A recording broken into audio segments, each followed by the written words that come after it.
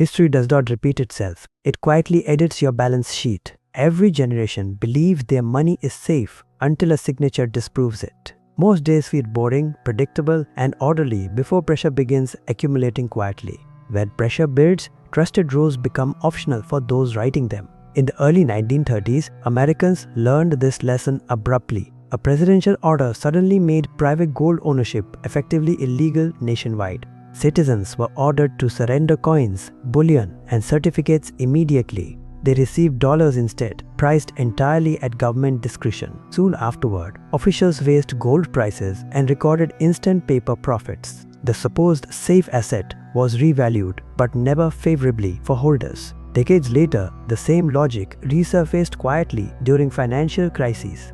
In Cyprus, savers encountered a term called bail-in. Large depositors discovered savings converted into bank equity overnight. They had not speculated, only trusted institutions encouraged by authorities. History shows stress systems target visible, compliant capital first. Governments rarely use force when databases provide easier leverage. Your money exists where software can freeze, tag, or restructure it. Modern rules openly permit bail-ins during institutional failures. Deposits above insured limits can become funding for survival. Legally, your deposit represents an unsecured liability of the bank. If collapse occurs, you queue behind faster and larger claimants. Insurance protects small balances, while larger amounts face different rules. A savings account functions as a loan to leveraged intermediaries. Convenience disguises embedded credit, policy, and institutional risks. Retirement accounts form another pillar of perceived financial safety. In America alone, retirement assets total tens of trillions today. These pools attract attention from governments facing long-term liabilities. Policy rarely ceases outright, preferring gradual technocratic redirection instead.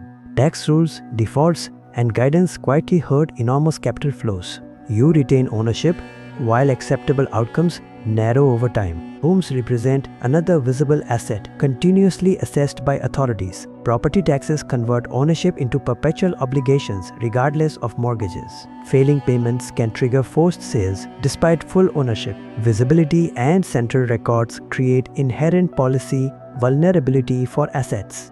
Digital finance promised exits, yet recreated concentration on new platforms. Without custody of keys, users hold entitlements, not assets. Failures reveal customers rank behind creditors and administrative costs. Reducing exposure means understanding ownership structures beneath friendly interfaces. Affluent families create distance using entities, agreements, and diversified custody. These tools are not magic, but they alter claim dynamics. Preparation works best when implemented early, calmly, and legally. Diversified income streams reduce vulnerability more than optimized single channels. Custody choices determine who holds assets and who stands ahead. Legal form reshapes liability, succession, and negotiation power significantly.